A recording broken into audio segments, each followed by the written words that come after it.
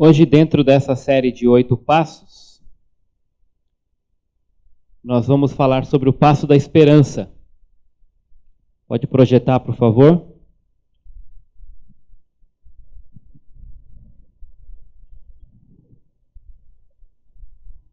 Quando nós olhamos sobre o assunto restauração, e aí se você fizer um copiou-colou do dicionário, você vai ter algo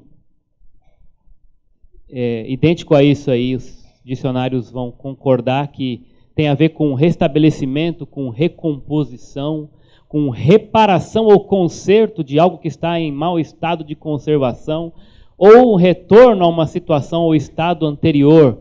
A ideia de reintegrar ou pôr no estado primitivo. Então, quando se fala em restauração, fala em trazer de volta, né, para um melhor momento, para uma situação original, talvez, né? E nós sabemos, pela Bíblia, que um dia, aqueles que estão em Cristo serão plenamente restaurados. Um dia nós voltaremos ao estado primitivo, se é que eu posso dizer assim. Um dia. Enquanto isso, a plaquinha de em construção vai permanecer até esse dia. Por que eu digo isso? Quando nós olhamos para a Escritura, nós vemos um dos propósitos dela. Quando nós olhamos para a palavra restaurar na Bíblia, ela aparece várias vezes, de diversas formas, né? E ela está ligada, por exemplo, quando você digita o termo lá na Bíblia, né, ela está muito ligada com restauração de casa, no sentido de restaurar a família, pode estar ligada à restauração de ruínas, restauração da sorte, restauração das forças, restauração da própria Jerusalém, que essa é uma promessa de Deus. Ou, por exemplo, restaurar sabor, naquela questão do sal. Mas quando nós olhamos para Salmo 19, ele fala da palavra de Deus. A lei do Senhor é perfeita. E aí vem a grande utilidade dela, a primeira aí, nessa lista que vem em seguida. Ela restaura a alma. A lei do Senhor é perfeita e ela restaura a alma. E aí eu anotei um comentário da Bíblia Brasileira de Estudo em relação a esse restaura, né, que além de ser luz para quem está nas trevas, é remédio para quem está doente, é fogo que purifica, é martelo que quebra o coração duro e a espada do Espírito que penetra a alma. Tudo isso, né, todas essas ilustrações com o propósito de trazer-nos de volta para Deus, de nos reconectar a Deus.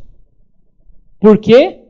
Porque nós somos seres caídos, quebrados, corrompidos. A realidade do pecado, ela é essa. Uma realidade que nos afasta todo dia.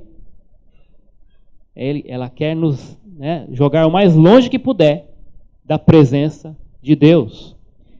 E é a palavra, é a Bíblia. Tá bom? É a Bíblia que tem esse papel de restaurar a nossa alma.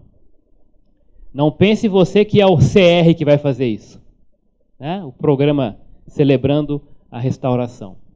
É uma ferramenta para aplicar princípios. Mas é a palavra de Deus. Você pode conseguir restauração sem o CR, sabia? Sabia disso? Você não pode conseguir sem a Bíblia. Você não pode conseguir sem a palavra. Porque a palavra vai apontar para aquele que faz isso, que é Deus, por meio do Espírito Santo. Se você não tem o Espírito Santo, você não consegue restauração. Porque a restauração é feita por aquele que criou. Só quem criou entende o mecanismo. Só quem fez com toda a complexidade que ele fez, e você é único, você é especial, só ele pode consertar. Existem paliativos que as pessoas buscam aí fora. E o pecado, o engano do pecado nos faz buscar N opções, ou acreditar em coisas que são periféricas, e não depositar nossa confiança apenas naquele que é capaz de fazer a restauração acontecer. E é por isso que nós devemos parar de confiar em nós mesmos e nos acanhados recursos humanos, religiosos e materiais que nós julgamos ser suficientes. Essa é uma realidade, essa antropologia bíblica aí apresenta uma realidade cruel do ser humano. Se você olhar comigo esses textos, o primeiro de Isaías, capítulo 64, conhecido, verso 6, diz que todos nós somos como o impuro, e todas as nossas justiças como trapo da imundícia. E para quem não conseguiu entender a referência aqui, o que significa isso, pastor? As nossas justiças como trapo da imundícia, que é uma referência ao pano da menstruação. Naquela época, né, sem os recursos que se tem hoje, né, era um pano que a mulher usava. Então, aquele pano que se jogava depois, lavava ou jogava fora, dependendo do uso, Deus compara as nossas justiças, a justiça humana, para ele é como aquilo, um trapo de imundícia, não serve para nada. Essa é a realidade do homem. E quando você vai para Romanos capítulo 3, Paulo também vai tecer um argumento sobre a antropologia bíblica.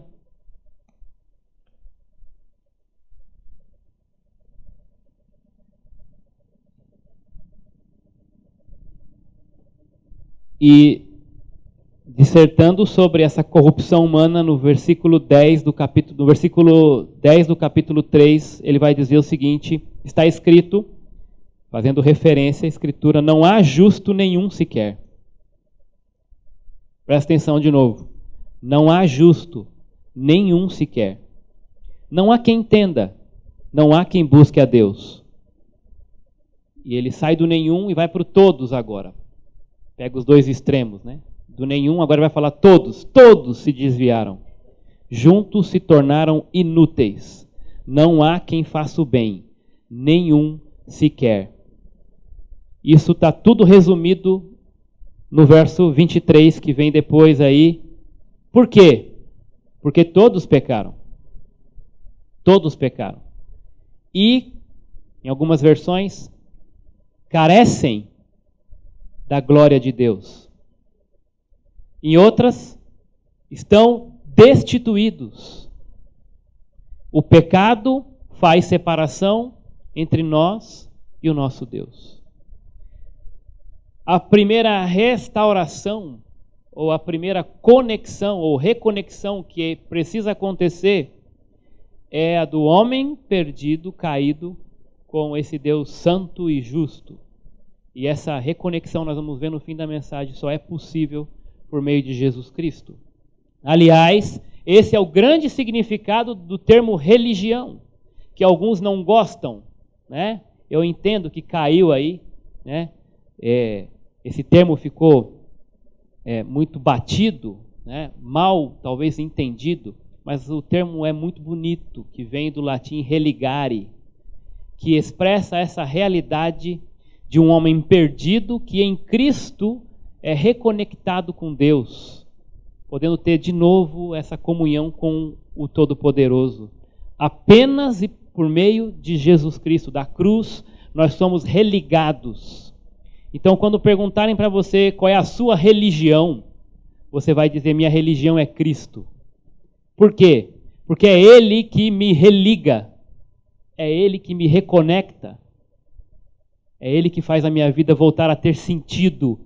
Quando eu plugo por meio de Cristo, né, quando eu conecto em Jesus Cristo, minha vida ganha essa luz de novo, podendo agradar e fazer o que é certo por causa do Espírito Santo que habita em mim. Então, é isso que nós precisamos entender. Parar de confiar em nós mesmos e nos nossos esforços. Esse é um dos passos que está sintetizado nesse programa Celebrando a Restauração, mas que obviamente brota das Escrituras, desse conceito da antropologia humana que é totalmente depravada, perdida, como Paulo diz em Romanos 3:10, não há quem busque a Deus, não há quem faça o bem. Todos se desviaram, todos se fizeram inúteis. E você tem que entender isso, se você quiser restauração. Você tem que entender que por conta própria você não consegue. Você tem que entender que não é um programa de uma igreja A ou B que vai fazer isso acontecer como algo mágico. Isso primeiro passa por uma compreensão de que você não pode nada. E que você precisa daquele que é o que te criou. O Criador, o Feitor, aquele que conhece cada peça, cada célula. Ele sim pode restaurar. Ele sim pode melhorar. Ele sim pode dar nova vida. Então, é o que nós precisamos entender.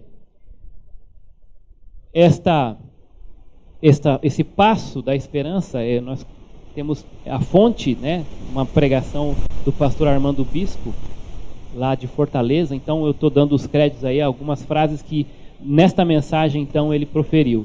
Tenho que parar de negar essa realidade do pecado e da dor que ele causa, tentando eliminar as consequências, por exemplo, comendo em excesso. Que são, a ideia aqui é que nós nos agarramos nesses amuletos, né? Nós nos agarramos nessas mentiras de alívio pessoal, né, que vão causar prazer, que vão nos aliviar a dor, ainda que por um instante, mas isso não vai trazer restauração. Isso só vai complicar a situação. Então alguns buscam essa fuga na comida, no álcool, na sensualidade, na pornografia e, enfim, manifestando outros pecados como ira, que é sempre numa tentativa de se controlar ou controlar a tudo e todos. E quando percebe que isso não dá certo, né, se afunda ainda mais no pecado. O pecado vai sempre te levar mais longe do que você quer ir, vai cobrar um preço sempre mais caro do que você pode pagar. Aliás, você não pode pagar preço algum, porque o preço do pecado já foi pago. Mas nós achamos que podemos dar um jeitinho. Nós achamos que temos suficiência em nós mesmos para vencer um problema, um pecado na nossa vida. Que não precisamos contar para ninguém. Que não precisamos confessar uns aos outros. Que não precisamos admitir, porque admitir é sinal de fraqueza. E se nós temos o Espírito Santo, nós não podemos mostrar-nos fracos. É o contrário disso. Exatamente porque nós temos o Espírito Santo, temos que admitir que somos fracos, que nós somos impotentes, porque o pecado continua em nós. A velha natureza continua ali. E quando nós somos fracos, Paulo diz, é aí que nós somos fortes. Por quê? Porque nós tiramos de nós a capacidade de restauração e devolvemos para aquele que é o dono, aquele que é o Criador, aquele que fez, aquele que conhece, aquele que é o único que pode restaurar. Eu quero, a partir desse texto, então, desenvolver as fases desse processo de restauração, da esperança da restauração. Hebreus capítulo 11, eu quero que você abra lá, nós vamos ler a parte do versículo 6.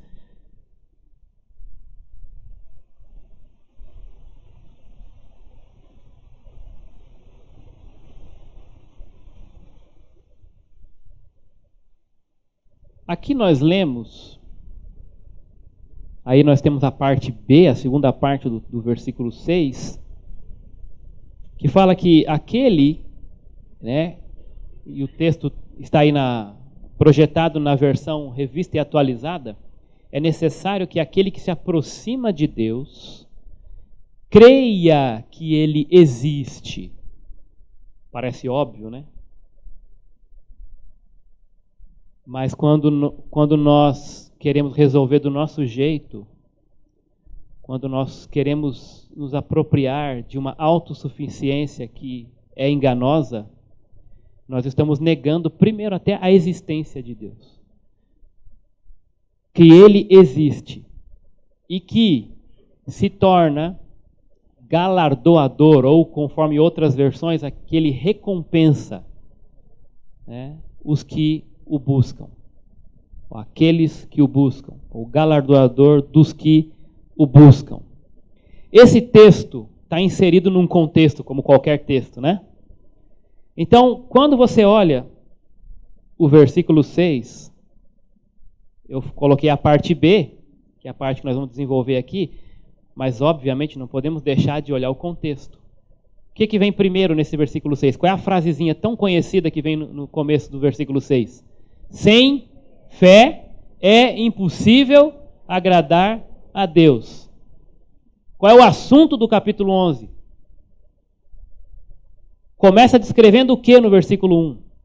Um conceito de fé. A fé é a garantia do que se espera. Forte essa palavra, né? Mas tem uma outra versão que também a palavra é sinônima. Certeza das coisas que se esperam. Como que eu posso alinhar, como é que eu posso harmonizar o meu conceito de fé com esse termo garantia e certeza? Você já parou para pensar nisso? A Bíblia fala que a fé é certeza. A fé é garantia, mas eu geralmente quando penso em fé, eu penso em algo que eu vou acreditar, mas eu não tenho certeza. Talvez o seu conceito de fé tenha que ser melhorado, tenha que ser submetido ao conceito de fé da Escritura. A fé é garantia do que se espera e a prova do que não se vê. Agora, ele não deixa a gente no vácuo, né? Ele vai continuar clareando um pouco esse conceito nos próximos versículos, quando ele vai dar exemplo, né? Por meio delas, os antigos alcançaram aprovação. Versículo 3. Pela fé, entendemos que o universo foi criado pela palavra de Deus, de modo que o que é visível não foi feito do que se vê. Pela fé, Abraão ofereceu a Deus sacrifício superior ao de Caim, por meio do qual foi aprovado como justo, dando Deus testemunho de suas ofertas. E mesmo depois de morto, ele ainda fala por meio dela. Pela fé, Enoque foi arrebatado para não experimentar a morte. Não foi achado, pois Deus o arrebatara, visto que antes de ser arrebatado havia sido aprovado por agradar a Deus. E aí vem o texto, né? Sem fé é impossível agradar a Deus. E ele vai continuar depois do 6, falando de Noé, falando de Abraão, e assim por diante. Vai falar de Sara e outros. Mas o que essas histórias têm em comum? O que essas histórias de fé têm em comum? Que a fé não é subjetiva. A fé não é a fé no vácuo, no vazio. É a fé na pessoa e na palavra de Deus. Se vocês observarem, todas essas histórias estão atreladas a uma promessa que Deus fez ou a uma convicção que essas pessoas tinham do caráter imutável de Deus. Elas podiam exercer fé a partir do ponto da palavra da pessoa de Deus, do caráter de Deus que eles conheciam. Por exemplo, ele cita Abel. A oferta de Abel foi melhor, foi, como diz aqui, foi um sacrifício aprovado, superior. Por quê? Porque Deus gostava mais de Abel do que de Caim? Porque, como alguns vão dizer, porque Abel ofereceu o melhor que ele tinha e Caim não? Não é verdade. Os dois ofereceram o melhor que eles tinham, as primícias. O problema é que nem sempre o melhor é apropriado. Nem sempre o melhor é apropriado. Uma vez eu ouvi num documentário eu acho que eu já contei isso aqui, uma estrela de filme adulto, uma mulher, super premiada, uma das mais famosas, dando uma entrevista, na hora em que estava recebendo um desses prêmios da categoria, né? E ela disse: tudo o que eu faço, eu quero dedicar esse prêmio, tudo o que eu faço é para a glória de Deus. Então ela estava dizendo que aquilo que ela estava fazendo, e obviamente aquele, né, o seu trabalho, a sua profissão, ela fazia o melhor que ela podia, então talvez por isso, certamente por isso ela estava sendo premiada naquele dia, porque de fato ela era uma das melhores, foi reconhecida assim, ela está dizendo: eu faço o meu melhor para a glória de Deus. Foi isso que Caim fez, guardadas as devidas proporções. Caim ofereceu o melhor, mas não o apropriado. Por isso a oferta dele foi inferior. Às vezes nós estamos fazendo o melhor, só que não estamos fazendo o certo. E o que é certo é o que Deus aprova. Deus disse, com relação à oferta pelo pecado: sem derramamento de sangue não há remissão. Caim e Abel cresceram vendo o pai oferecer oferta pelo pecado. Uma vez o pai fez errado. A primeira vez o pai fez errado, ofereceu folha. Folha não derrama sangue. Deus falou: não, vai morrer um animal. E aí então o pai deixou de confiar no jeitinho dele. O pai queria restauração do seu jeito. Deus falou: a restauração não vai ser do seu jeito, Adão, vai ser do meu. Sem derramamento de sangue não há remissão de pecado. Os filhos cresceram vendo o pai fazer isso, e ainda assim Caim quis peitar a Deus, quis restauração do seu jeito. Oferta pelo pecado com primícias de folhas. E Deus falou: não. Abel trouxe de sangue e foi aceito, foi superior. Porque foi do jeito de Deus. Por isso foi aceito. Aonde estava a fé de Abel? Na pessoa, no caráter de um Deus que não aceita oferta pelo pecado que não seja com derramamento de sangue. Ele conhecia a palavra, conhecia o caráter de um Deus santo. Por isso foi aprovado. Por isso a fé dele foi contemplada. Onde estava a fé de Abraão quando foi oferecer Isaque? Onde estava? Por que ele foi oferecer Isaque? Hebreus vai dizer no capítulo 10 ou 11, 10, que ele acreditava que Deus poderia ressuscitar Isaque dos mortos. Da onde Abraão, agora eu pergunto para você, da onde que Abraão tirou essa ideia de ressurreição? Abraão já tinha ouvido falar em ressurreição alguma vez? Abraão já tinha ouvido falar em ressurreição? Alguém já tinha ressuscitado na época de Abraão? Deus já tinha mencionado a palavra ressurreição? No dicionário de Abraão existia essa palavra? Da onde que ele tirou esse conceito? Sabe da onde? Da promessa que Deus fez. De Isaque farei de você uma grande nação. Por meio de Isaque. Logo, Abraão conhecia Deus. Bom, Deus não pode mentir. Esse é o meu Deus, ele não mente. E se ele falou que a minha descendência virá de Isaque, e ele está pedindo para eu sacrificar Isaque, eu tenho que acreditar em duas coisas. Tenho duas opções. Ou esse Deus é mentiroso, e a promessa que ele fez não vale mais, ou, uma vez Isaque tendo morrido, e Deus não mente, Isaque vai voltar. E Deus vai cumprir a palavra dele. O que era melhor, mais fácil para Abraão acreditar? Depende da fé. Deus não mente, ele falou que é Isaque, eu vou lá, vou sacrificar, e se ele morrer, vai ser Isaque, não vai? Deus vai, esse menino vai viver de novo. Foi o primeiro que acreditou no conceito de ressurreição na Bíblia. Isso é fé. A fé não está no vazio. A fé está na palavra. A palavra que é perfeita e a palavra que restaura a alma. Porquanto é necessário que aquele que se aproxima de Deus creia que ele existe e que se torna galardoador dos que os buscam. 3 fases na esperança da restauração. Primeiro eu tenho que enxergar isso. Eu tenho que entender e aceitar o fato de que Deus existe. parece óbvio, né? Isso parece óbvio para o mundo, na teoria. Porque existe uma pesquisa que diz que 90%, uma pesquisa mundial, tá? 90% dos seres humanos acreditam que Deus existe. Nos Estados Unidos, essa mesma pesquisa foi para 96%. Então, né, no Brasil, não deve estar, né?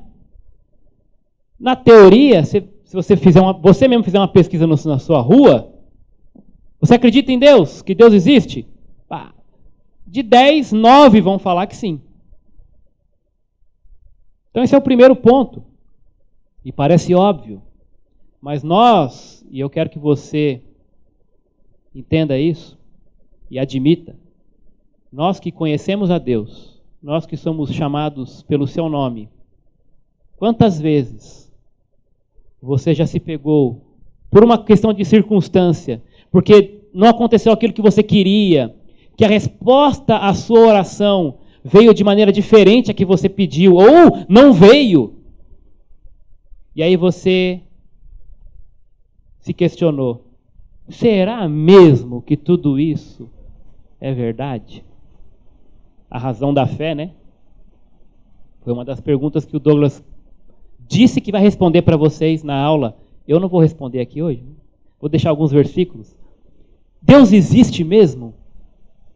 É comum, eu durante a minha época de professor com os adolescentes, eu me deparei com alguns que vinham com essa questão. Na adolescência é muito comum isso.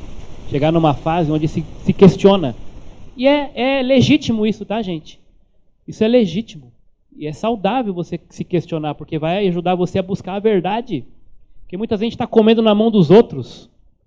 E chega uma hora que aquilo tem que fazer sentido de fato na minha vida. E eu vou atrás. Deus existe mesmo. Essa história não é piada. Não é conceito só para meu pai me manter do lado dele numa igreja, para eu não descambar. Realmente existe Deus? Eu preciso saber. Né? E vai atrás. Romanos 1:20 fala que Deus, os atributos invisíveis de Deus se revelam por meio das coisas que foram criadas. Ora, se esses atributos de Deus são revelados, é uma prova de que se existe um atributo, existe uma pessoa. Existe um ser. Salmo 19:1. Tem que correr um pouquinho aqui, que quando a gente se empolga, né? Tudo bem que não tem escola bíblica hoje, né? E o Edgar também não está aqui, né? Ninguém vai contar para ele. Está online. De lá, no online, não dá para ver a plaquinha, né? Salmo 19:1. Salmo 19:1. Os céus proclamam a glória de Deus, e o firmamento anuncia as obras das suas mãos. A Bíblia testifica da existência de Deus. O universo testifica da existência de Deus. Quando você olha para fora, a natureza testemunha, depõe a favor da existência do Criador. Salmo 14. O insensato diz no seu coração. Quem é que diz no seu coração? Não, Deus não existe. Quem diz isso? O insensato. O insensato. É ele que diz, Deus não existe. A Bíblia, e aqui eu peguei 3, que poderia, né, levantar outros textos que testificam da existência desse Deus. E como eu falei, né, isso parece meio óbvio até para a sociedade. Onde quer que haja uma criação, haverá sempre um Criador. Isso é lógico. Onde quer que haja um efeito, haverá uma causa. Onde quer que haja um projeto, haverá sempre um arquiteto. Já na minha época de aluno de seminário, começo do ano 2000, um professor que também era, que foi um dia convidado para nos dar uma aula, que é aquele cientista, o Lourenço, Adalto Lourenço, ele um camarada que já naquela época, né, comecinho dos anos 2000, ele já frequentava a roda dos esclarecedores do universo, os cientistas, inclusive na NASA, né? E ele diz que conversando com essa turma de cientistas e tal, já havia um consenso entre os grandes cientistas do mundo de que o universo não é resultado de uma explosão, né? Que isso era completamente fora da lógica.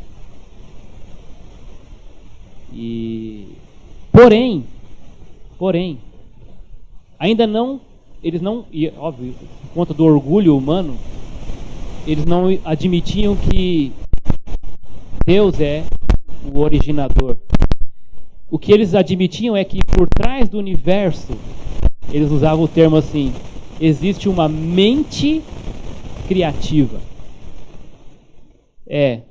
Existe uma mente criativa. Eles só não admitiam que esta pessoa é Deus. O universo é organizado, controlado. Existe uma mente criativa por trás disso tudo. Pois é, nesse ponto nós temos que concordar com eles, né? Eles não vão admitir, mas a Bíblia, muito antes de qualquer um deles, já cravava. Este é Deus, né? Ele é o Criador, Ele é o Rei, Ele é o Arquiteto. O fato é que não só Ele existe, mas que também, e aí é aqui que fica, né, a esperança para nós, né? Deus não está lá, né? Nós vamos estudar sobre o incomparável, mas é tão bom saber que esse Deus incomparável se fez homem. Ele existe. E Ele está transformando vidas hoje, como Ele tem feito em toda a história. E sabe de uma coisa? A sua vida é tão importante para Ele quanto a vida de qualquer outra criatura. E sabe o que é mais legal ainda? Se tem algo que precisa restaurar, e eu sei que tem, porque você não é diferente de mim, Ele pode e Ele quer fazer isso. Segundo ponto é que a gente tem que não só entender ou enxergar a existência dele, mas também compreender quem ele é. O que ele faz, o que ele gosta ou deixa de gostar. Compreender o caráter de Deus. Colossenses 1,15. Colossenses 1,15.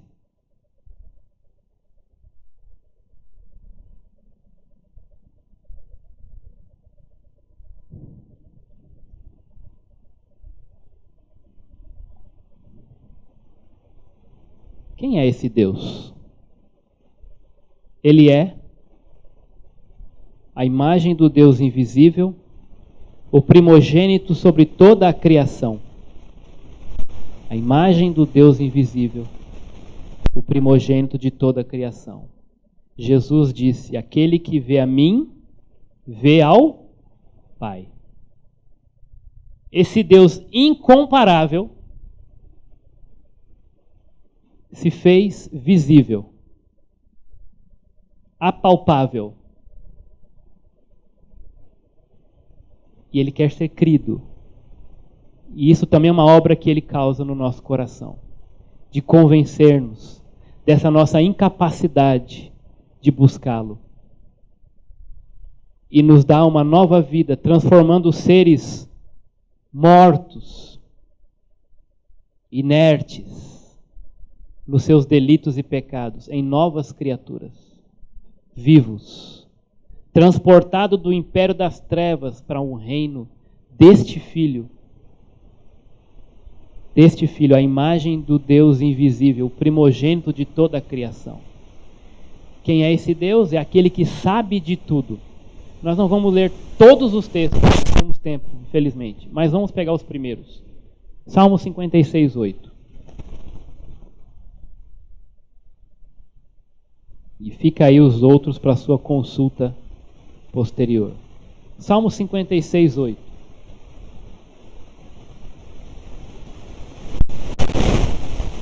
Tu contas minhas aflições, põe minhas lágrimas no teu odre, não estão elas registradas no teu livro?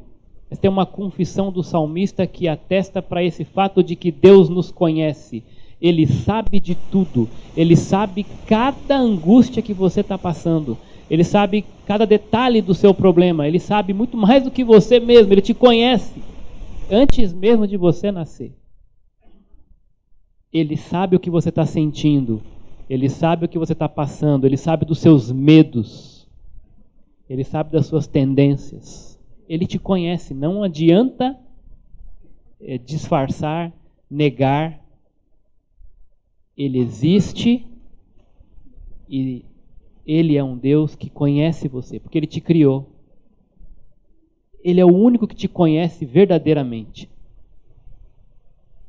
Às vezes nós nos iludimos com pessoas, com programas, com promessas, e nos doamos a essas pessoas e coisas como se elas de fato fossem a solução para os nossos problemas. Mas quem realmente me conhece é Deus. Foi Ele que me criou. É diante dEle que eu tenho que me abrir. É a palavra dEle que eu tenho que obedecer. É o método dEle que eu tenho que seguir. Ele é um Deus que me conhece e Ele é um Deus que se importa. Não apenas sabe, mas tem interesse em mim. Ora, gente, nós vamos celebrar daqui a pouco o maior ato de interesse de Deus está aqui. Ele é tão interessado por você. Sabe o que Ele fez por você? Morreu. Morreu por você. Será que Ele se importa? Olha para a ceia e você vai ter a resposta. Impossível negar que Deus se importa. Impossível. Salmo 103, verso 13 e 14.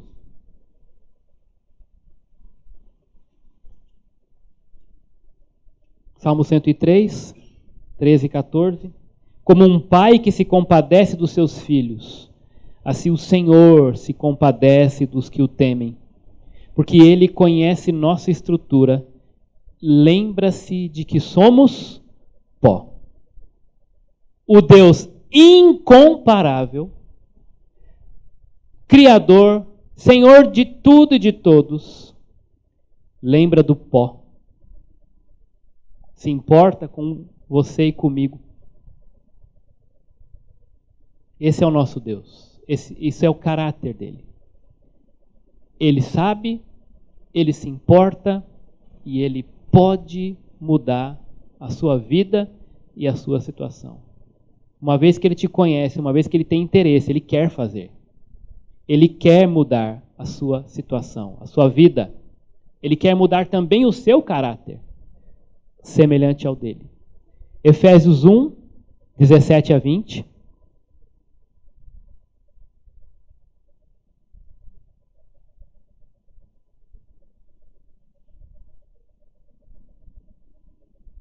Efésios 1, 17 a 20.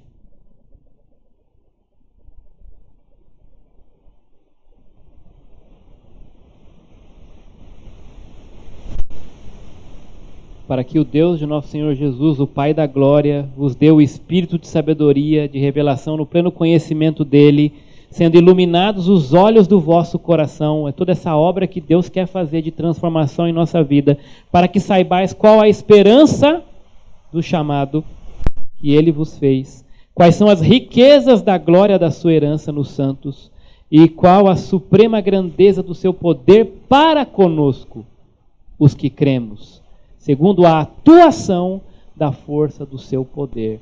Um Deus que se importa, um Deus que preparou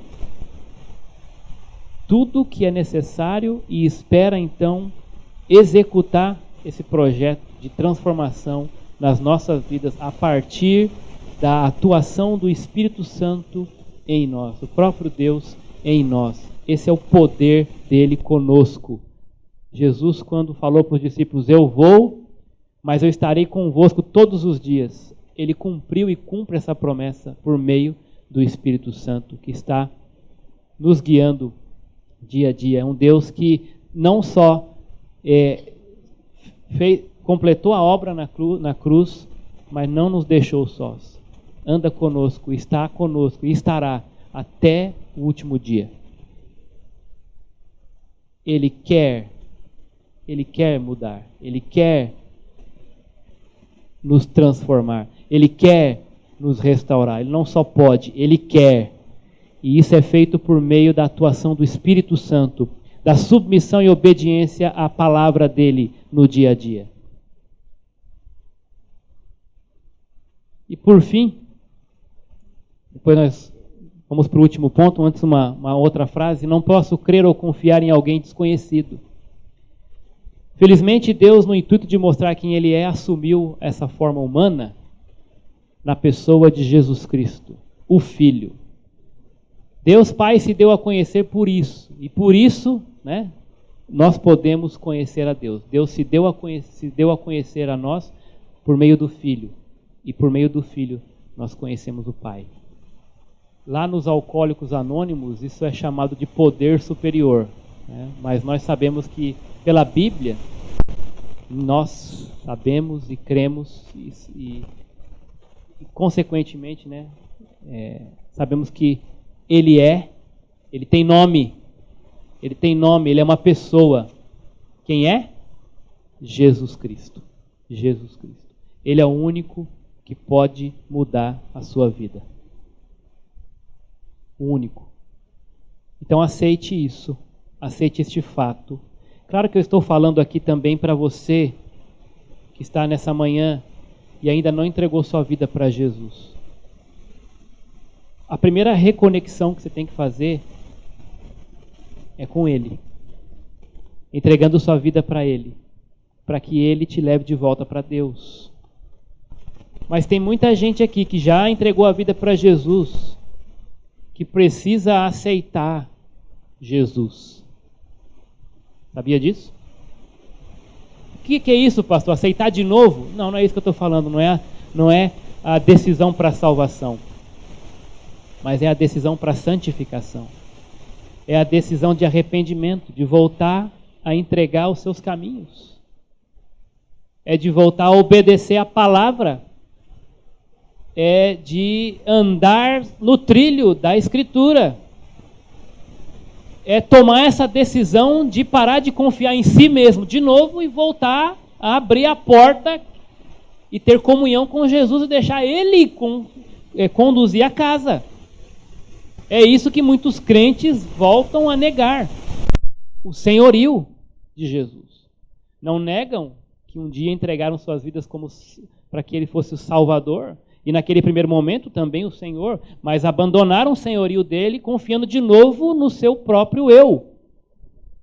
E mergulhados no pecado, voltando a viver uma vida velha, uma vida desgraçada. E por isso precisam de restauração. E o sinônimo disso é aceitar. Aceitar que você não pode ser Deus. E aceitar que Deus é Deus. E que Ele se importa com você e é o único que pode, de fato, mudar essa situação na sua vida. Restaurar o que precisa ser restaurado. Filipenses capítulo 2, versículo 13. Nós já estamos terminando. Esse é o último ponto. Deus é quem produz em nós, ou quem efetua em nós o querer e o realizar segundo a sua vontade. Isso não é natural, isso não é por esforço humano. Aceitar é se submeter à vontade dele. E é Ele quem causa em nós esse querer, por meio da atuação do Espírito Santo dele em nós. Sua própria força de vontade não é suficiente. Suas boas intenções também não são suficientes. O celebrando por si só não é suficiente para restaurar a sua vida. Você tem que declarar primeiro que precisa de Deus, que precisa voltar a entregar a sua vida, o senhorio da sua vida a Jesus. Senhor, me ajuda a ter o desejo de mudar. Porque isso não é natural em mim. O desejo de buscar a Deus não está em mim. O desejo de fazer o bem não está em mim. Deus, eu preciso que o Senhor me ajude a desejá-lo. E Ele vai fazer isso, porque esse é o propósito dele. Ele morreu por isso, para te transformar. Há um princípio no universo que parece simples, mas é profundo, né? As coisas funcionam melhor quando elas estão conectadas, visível ou invisivelmente. Por exemplo, computador. Sem estar na tomada, o que acontece com o computador? Né? Sem ter a bateria ali, né? Celular e assim por diante, né? Até um fogão. Agora, por que não o ser humano, não é verdade? Deus nos fez para estarmos conectados a Ele. E a primeira conexão é essa entrega de vida. Se você está aqui nessa manhã e ainda não entregou sua vida para Jesus, esse é o primeiro passo. Para você se reconectar com esse Deus por meio da cruz, por meio de Cristo. Se você já entregou sua vida para Jesus, talvez você tenha tirado esse plug. E você precisa, de novo, buscar restauração em Cristo, por meio de renovar o Espírito na sua vida, que estava apagado, entristecido, porque você não tem obedecido a Ele, a palavra de Deus, não tem feito aquilo que Deus quer que você faça. Tem tentado resolver do seu jeito, e agora precisa dessa reconexão, de falar, Senhor, eu me entrego novamente. Toma conta. Eu sei o que eu devo fazer. Eu preciso que o Senhor me ajude agora a decidir fazer. A entender que sem o Senhor eu não posso fazer nada. Você não tem real controle até que Jesus Cristo, Ele de fato esteja no controle e domine todas as circunstâncias que cercam a sua vida. Essa é a conclusão dessa mensagem. Eu quero recapitular com vocês aqui essas 3 fases. Vamos falar junto? Primeiro, enxergue a existência de Deus. Compreenda o caráter de Deus. Aceite a ajuda de Deus. Esse é o caminho para essa restauração. Temos um testemunho da Thalita.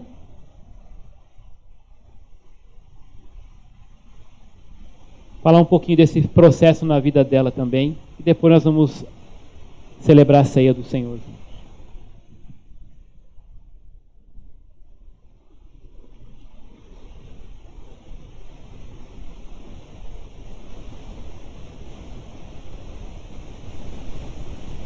Oi, meu nome é Thalita. Eu vou compartilhar um pouquinho do meu testemunho com vocês. Parte eu vou sentir muita vergonha, mas eu vou também louvar a Deus. Eu já louvo a Deus pelo que eu vou contar, com orgulho, porque eu tive vitórias. Estou me vencendo um dia de cada vez. Tá? Sou discípula de Jesus, que luta contra a ira, inflexibilidade, baixa estima, controle, fofoca, impulsividade, orgulho, pornografia, codependência e outras coisas mais. A ira, ela ainda me domina em alguns casos. Há momentos que ela me domina. Eu fico completamente insana. Eu discuto com todo mundo. Eu já discuti com muitas pessoas no trabalho, eu discuti com aluno, eu discuti com muita gente. Mas só que o Senhor tem trabalhado no meu caráter. E eu estou me vencendo, estou admitindo, e Ele me testa diariamente. A minha vitória com a ira, ela tem sido por minuto. Não dá nem para ser um dia de cada vez, tem sido por minuto, senão não dá. Essa realmente é o meu espinho na carne atualmente. Inflexibilidade. Todo lugar que eu vou, se é no louvor, se é no trabalho, em casa, em qualquer lugar que eu tenha que me subjugar a alguém, eu sou inflexível. E Deus tem moldado o meu caráter em relação a isso. Às vezes Ele diminui, eu tenho um currículo incrível, mas Ele me diminui, até que eu permita que Ele cresça. Né? Então Ele tem trabalhado um dia de cada vez na minha inflexibilidade. Baixa estima não é questão de estética. A minha baixa estima, se eu estou também no louvor, se eu estou no trabalho, se eu estou estudando, eu vou achar que tem alguém que canta comigo que é superior a mim. Não, eu canto mal, eu sou desafinada, né? Eu não gosto mesmo da minha voz. Né? Eu não gosto de nada em mim. Não é questão da estética. Eu me acho bonitinha até, né? Não é a questão da estética, até me acho demais, estou brincando. Mas assim, eu me sinto inferior a qualquer pessoa. Se eu estou no celebrando, o Tiago é melhor que eu, a Gina é melhor que eu. Eu não me sinto maior que ninguém nunca. Desde criança eu sempre me senti inferior a qualquer pessoa. Se eu estou na escola, fulana de tal canta melhor. Se eu estou na academia, a menina dança melhor, nasceu dançando. Todo mundo é melhor do que eu nessas áreas, né? Controle, eu me tornei uma pessoa muito controladora, né? Porque várias outras questões me levaram a chegar nesse ponto de querer controlar tudo. Coitado do meu marido, pobre marido, né? Eu quero controlar tudo, eu quero controlar todos, eu quero controlar as situações e não está me levando a lugar nenhum. Tem sido muito desgastante e hoje eu posso admitir essa fraqueza para poder lutar contra ela. Tá? Fofoca, eu creio que muita gente aqui da igreja, que já sentou comigo, já me viu falando mal de alguém. Do louvor então, né, pessoal do louvor nem se fale. Muita fofoca, sabe? Vir na igreja, falar mal dos outros, falar mal de todo mundo. Viu fulano de tal? Tá namorando, mas não é com gente da igreja, né, de fora. E por aí vai. E eu concordando com a fofoca, ou eu lançando a fofoca. Isso é bem feio, né? Então, eu tenho me vencido. Não é fácil, não, porque a língua coça. Assim, eu estava na classe da língua, mas acabei cabulando. Não estava praticando. Ser hipócrita, acho que não vale a pena, né? Impulsividade. Qualquer coisa que acontece no meu dia a dia, eu passei, inclusive, por uma aflição no trabalho esses dias, eu já quero resolver logo. Não vamos resolver. Não é assim. Tem que parar, tem que respirar, tem que pensar. Eu já queria resolver tudo de uma vez. E, às vezes, essa resolução não tem aprovação de Deus, é igual o pastor falou. Você pode oferecer a melhor oferta, mas de forma errada. Né? Orgulho. Acho que é óbvio na minha cara que eu sou muito orgulhosa para tudo. Vim de uma situação financeira muito difícil, por vários motivos.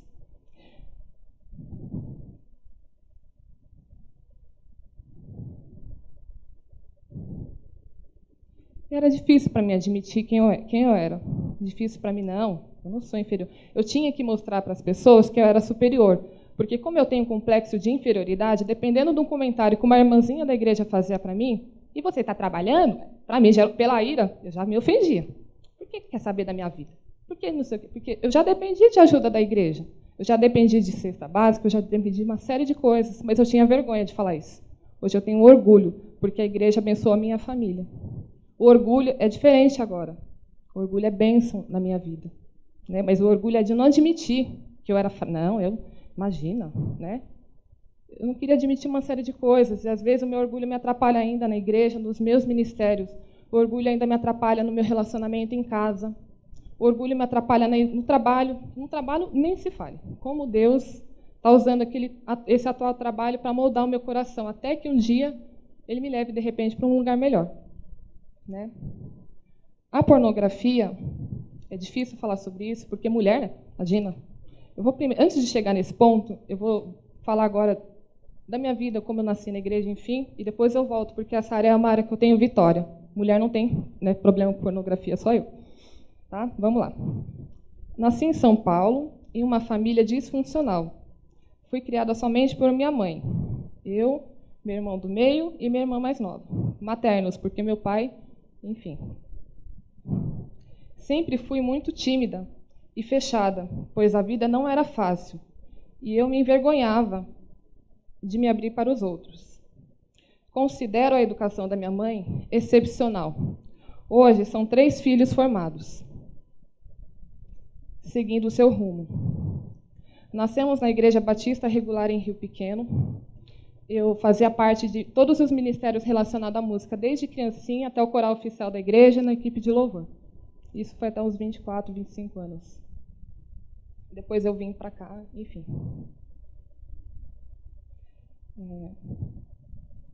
Que era o meu segundo lar, essa igreja. Né?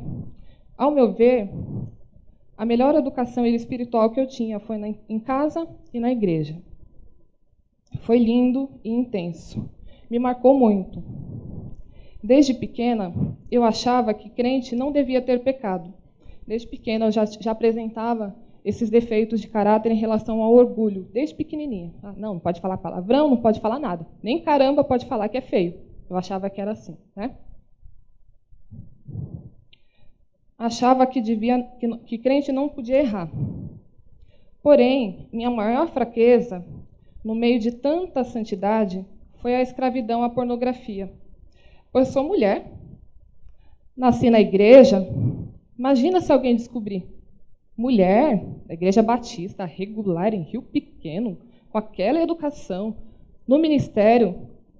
Gente, eu nunca encontrei, durante todos esses anos da minha vida, um ministério que falasse alguma coisa sobre isso. Eu sofri sozinha por muitos, muitos, muitos anos.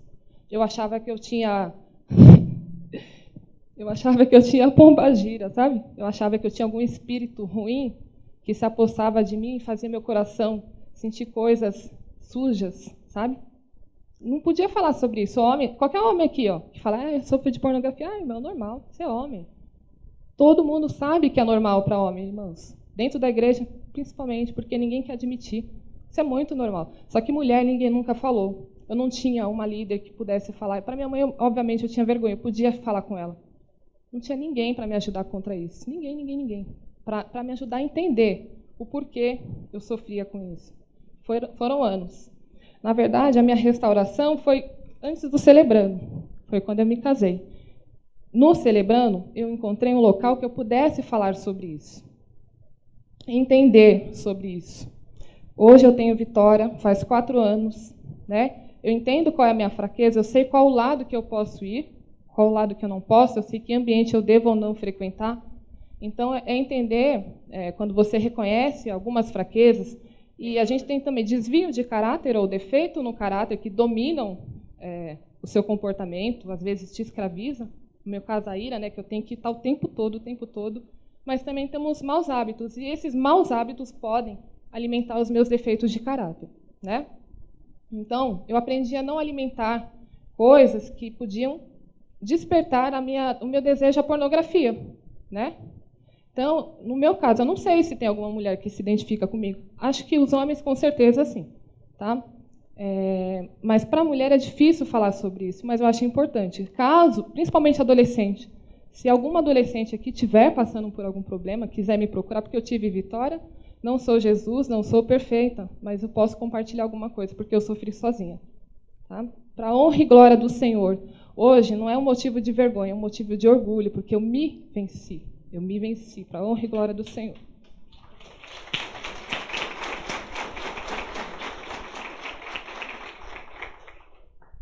Antes eu não enxergava que eu era orgulhosa, precipitada, insubmissa, medrosa, arrogante, codependente. Havia incorporado um mau hábito de reclamar de tudo e de todos, e não me preparava para o futuro. Andava ansiosa, pois sabia que tinha alguma coisa dentro de mim para resolver, mas nem sabia o que era, não sabia dizer o que era. Também eu tinha um trauma que doeu durante anos, já foi resolvido também estou em vitória, que era a mágoa do meu pai. Né? Meu pai, ele mentiu até morrer. E foi muito duro para mim. Né? Chorei bastante já, enfim. E no primeiro retiro que eu fui com o CR, acho que 2017, né? Tem um momento ali, um momento que você tem de solitude durante todo o retiro. E tinha um momento chamado perdão do impossível. Você pode perdoar alguém, de repente, alguém que faleceu, que é o caso do meu pai. Enfim, perdão que, de repente, você quer liberar perdão ou pedir perdão, mas a pessoa não pode estar ali. Então, eu fui lá na frente, dei o meu testemunho, literalmente perdoando meu pai de verdade, não de boca para fora. Eu pude perdoá-lo, poxa, meu pai não conhecia Jesus, como minha mãe sempre falou. Ele não tinha o que, sabe, ele até adiantou a morte dele, ele podia ter lutado mais para viver, nem quis, porque todo mundo soube que ele era no dia do enterro, né? Ele estava ali morrendo e todo mundo, eu estou sabendo o que você fez, eu sei de tudo. Todo mundo falou isso para ele. Coitado, né? Morreu e ele não tem Jesus. Nós até falamos, mas eu não sei qual foi a decisão dele.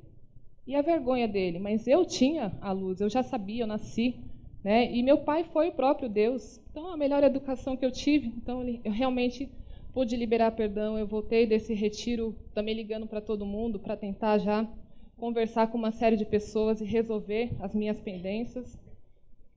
Hoje eu tenho lutado contra as minhas áreas, identifiquei, estou em processo de restauração constante, tem que ser diário ou por minuto, que seja, para a honra e glória do Senhor. Dá tempo de eu ler o versículo? Eu vou compartilhar com vocês um versículo que é da minha vida. Ele resume a minha vida desde sempre.